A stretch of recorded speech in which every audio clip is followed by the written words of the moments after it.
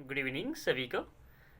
हम लोग डिस्कस कर रहे थे पिछले क्लास में कि फ्रांस जो है एब्सोल्यूट मोनार्की से कॉन्स्टिट्यूशनल मोनार्की में कन्वर्ट होते 1791 को।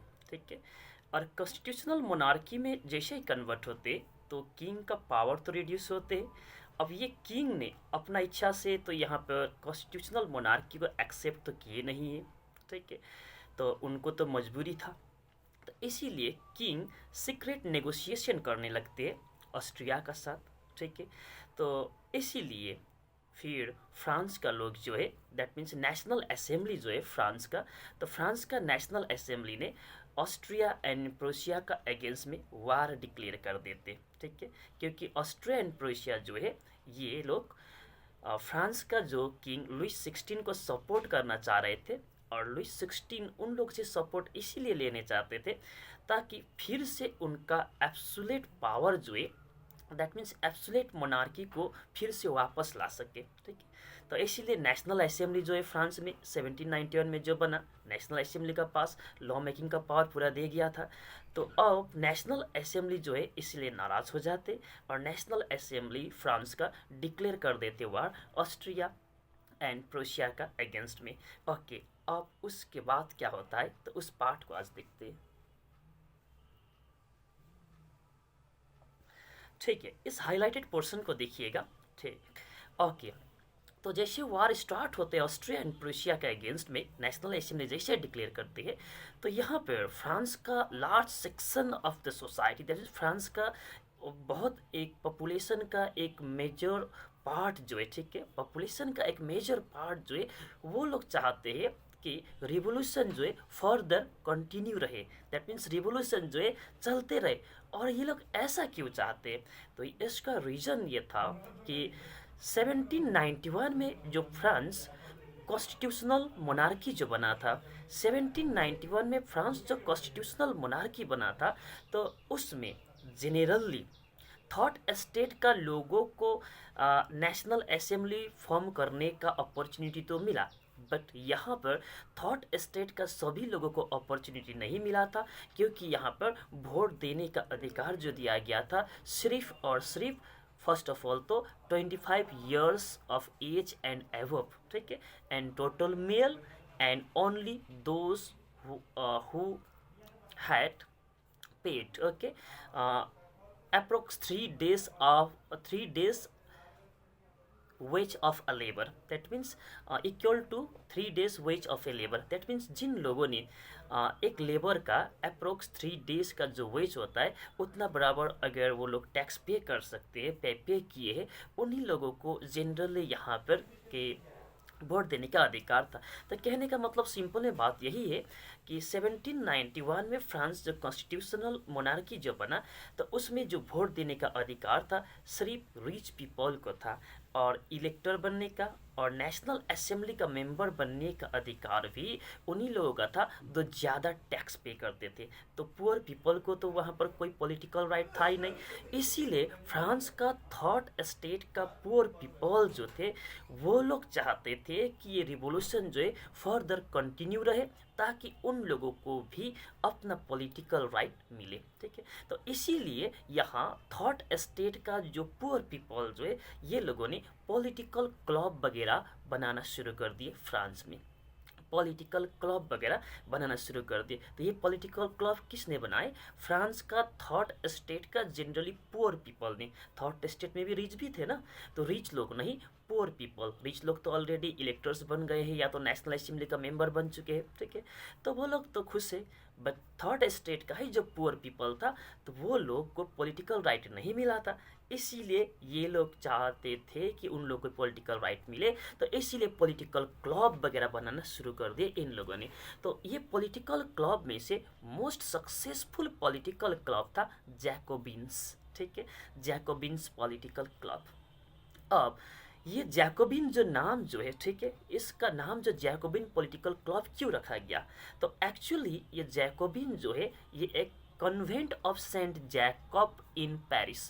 पेरिस में एक कन्वेंट, कन्वेंट का मतलब होता है जनरली जहाँ पर नॉन्स लोग रहते हैं। नॉन्स मतलब क्रिश्चियनिटी में, क्रिश्चियन में जैसे हिंदू में भी जो साध्वी लोग जो होती है, ठीक है, फीमेल साधु जो होती है, साध्वी लोग जो होती है, उसी तरह से क्रिश्चियनिटी में भी फीमेल लोग होते हैं, फीमेल सेंट होते हैं, ठीक है। तो वो लोग जिस प्लेस में रहते, जिस बिल्डिंग में रहते हैं, उन लोगों के लिए रहने के लिए बनाया गया वो बिल्डिंग जो है जनरली इसको कहते हैं कन्वेंट।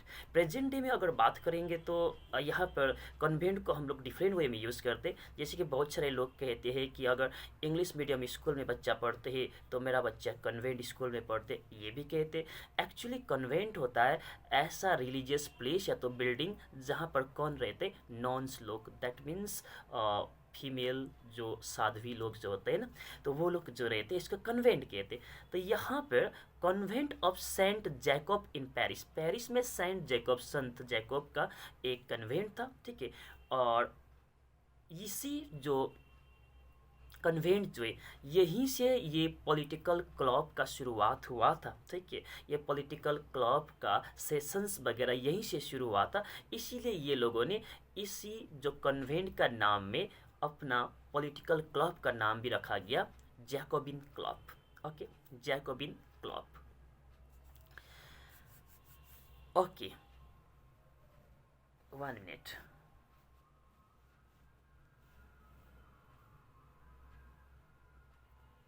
हाँ,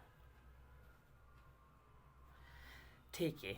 अब ये जैकोबिन क्लब का मेंबर्स में कौन थे, तो जैसे कि पहले आपको बता दिए कि आप भी अंदाज़ा लगा सकते हो कि इस जैकोबिन क्लब का मेंबर में कौन होंगे। तो जैकोबिन क्लब का जो मेंबर था जनरली इसमें लेस प्रोस्पेरियस पीपल थे, दैट मीन्स पुअर पीपल थे इसका मेंबर ज़्यादातर, क्योंकि वो लोग सेटिस्फाई नहीं थे ना नेशनल असेंबली में। ना तो इन लोगों को 1791 का नेशनल असेंबली जो फॉर्म हुआ, ना तो वोट देने का अधिकार मिला, ये लोग तो पैसिव सिटीजन रह गए, ठीक है। ना तो इलेक्टर बनने का, ना तो नेशनल असेंबली का मेंबर बनने का, तो इसीलिए ये लोग सेटिस्फाई नहीं थे। तो ये जैकोबिन क्लब का जो मेंबर्स वगैरह थे जनरली कौन थे, less prosperous section of the society, that means गरीब लोग जो थे, ठीक है, वो लोग थे।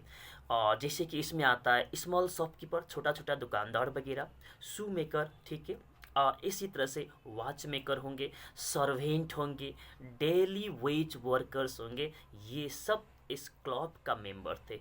अब लीडर कौन थे, तो लीडर थे मैक्सिमिलियन रोबेस्पियर। ओके, रोबेस्पियर इनका लीडर थे। और ज़्यादातर इस जो जैकोबिन क्लब जो है इसका मेंबर्स लोग ज़्यादातर जो कपड़ा जो पहनते थे, ये लोग एक लॉन्ग स्ट्राइप ट्राउज़र पहनते थे। लॉन्ग स्ट्राइप ट्राउज़र अभी दिखाएंगे आपको इसका इमेज, ठीक है। लॉन्ग स्ट्राइप ट्राउज़र पहनते थे। तो लॉन्ग स्ट्राइप ट्राउज़र तो आप यहाँ से देख सकते हो, ये फिगर में देखिएगा, लॉन्ग स्ट्राइप ट्राउज़र जो देख रहे होंगे, ट्राउज़र जो है stripe stripe long long stripe वहाँ पर बना हुआ है, ठीक है। तो इस तरह का ट्राउज़र ये लोग पहनते थे। तो ये क्यों पहनते थे, तो ओके, तो फर्स्ट ऑफ ऑल तो ये जो ट्राउज़र ये लोग जो लॉन्ग स्ट्राइप ट्राउज़र पहनते थे, जस्ट लाइक ये ऐसा ही था जैसे कि डॉक वर्कर्स पहनते थे, दैट मीन्स जो आपका जहाज में काम करने वाला जो लेबर लोग जैसा कपड़ा पहनते थे, उसी तरह का कपड़ा ही ये लोगों ने भी पहनना पसंद किया, ठीक है। उसी तरह का कपड़ा को ये लोगों ने भी चुना। और तो क्यों, तो ये इसीलिए क्योंकि उस समय जो है फ्रांस में नोबल्स लोग जो पहनते थे कपड़ा, वो लोग फैशनेबल कपड़ा पहनते थे और उसको कहते थे नी ब्रीचेस, ठीक है। दैट मीन्स घुटना तक आने वाला एक फैशनेबल कपड़ा पहनते थे। नोबल्स लोग पहनते थे घुटना तक आने वाला एक फैशनेबल कपड़ा।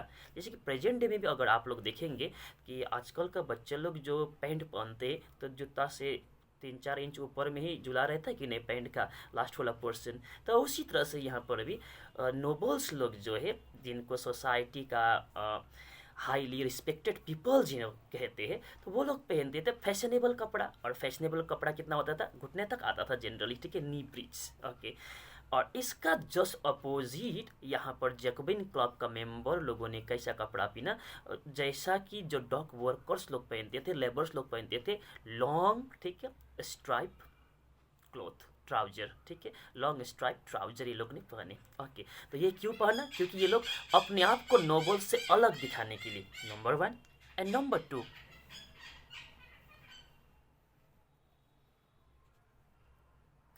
नंबर 2, ये लोग ऐसा कपड़ा इसीलिए पहनना शुरू कर दे ताकि ये लोग प्रोक्लेम कर सके, ये घोषणा कर सके, ये इंडिकेशन कर सके, ये दिखा सके कि ये जो नी ब्रीच पहनने वाले लोग जो है उन लोगों का पावर जो है अब खत्म है। अब पावर किसका शुरू हुआ है, या तो शुरू होने वाला है जो लॉन्ग ट्राउजर जो पहनते हैं, ठीक है, लॉन्ग स्ट्राइप ट्राउजर पहनते हैं। दैट मीन्स वो लोग कौन है, वो लोग जनरली लोअर क्लास का पीपल है, गरीब लोग के, poor section of the society, उन लोगों का अब जो है रूलिंग स्टार्ट होने वाला है, ये शो करना चाहते हैं। ओके, अब जैकोबिन जो है इन लोगों को, दैट मीन्स जैकोबिन क्लब जो है जनरली इन लोगों को सैन क्यूलोट्स भी कहते थे, सैन क्यूलोट्स। ओके, तो सैन क्यूलोट्स इनको क्यों कहते थे, तो एक्चुअली सैन क्यूलोट्स का लिटरल मीनिंग जो होता है those without knee breaches, that means without knee breaches. That means Jacobin club का मेंबर्स लोग कैसा कपड़ा पहनते थे, विदाउट नी ब्रीचेस।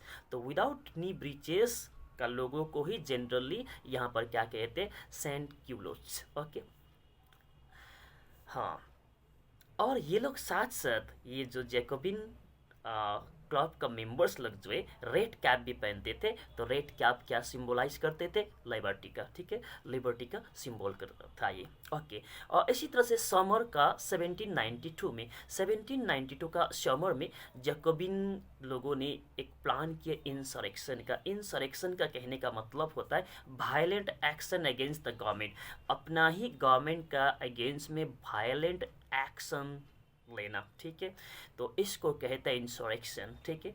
तो ये जो जैकोबिन का जो जैकोबिन क्लब जो है, ठीक है, ये लोग एक प्लान करते हैं इंसरेक्शन का 1792 में, ठीक है।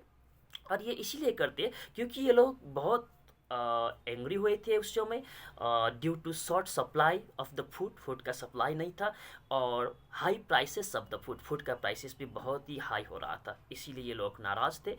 तो ये लोगों ने अगस्त 10 को इसीलिए storm the palace of Tuileries, that means palace जो है जहाँ पर राजा रहते थे उस समय, ठीक है, पैलेस ऑफ ट्यूलियरिस, वहाँ पर ये लोग अटैक करते और किंग का गार्ड्स को मैसाकर कर देते, पूरी तरह से हत्या कर देते। और उसके बाद जो किंग जो है, किंग को भी बहुत घंटे तक उनको बंदी बना करके रख देते, ठीक है।